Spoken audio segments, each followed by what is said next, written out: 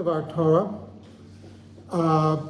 This week, one of the things about this week's Parsha, it's sort of a summation for last week and this week. This week we get into a bit of holiness. You bring your tithes to the offerings of the Bikurim to the Beit Mikdash. You have a formula to say, and it's thanking Hashem, being grateful for your produce for the year. But if you really begin it from last week, you see what's really going on. Last week we began to show how society is built. You build it from the family up. And that the family structure is vital to society. And then once you have the family structure, you get into the community. From the community, then you can get into the national. So in other words, it's going from the bottom up. Edmund Burke, by the way, used to say that the family is the basis of government. Edmund Burke, for those who don't know, was an English politician in the 18th century, very influential.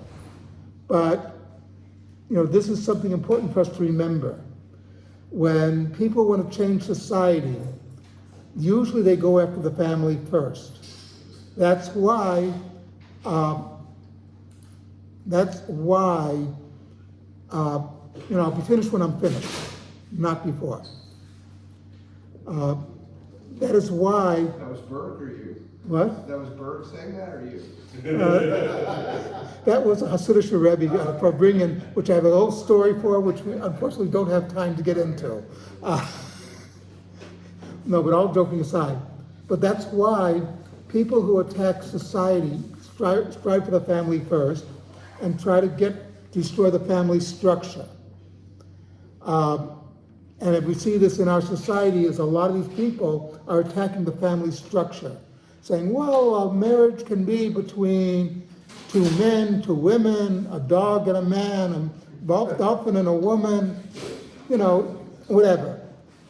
But the Bible doesn't say that. According to the Torah, it is very clear it's between a man and a woman, that we go back to Parshat Bereshit, to the beginning of the Torah, where it says that a man will cleave to his wife, or leave his family and cleave to his parents and cleave to his wife, and by cleaving and become one, the way they become one is to have children. That child is the man and the woman becoming actually one.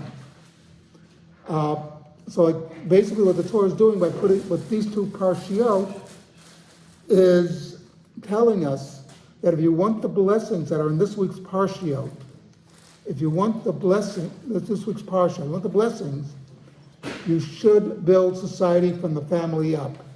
Make sure your society is sturdy and sound. Right? Families being sturdy and sound, and then everything else will follow. Something to think about.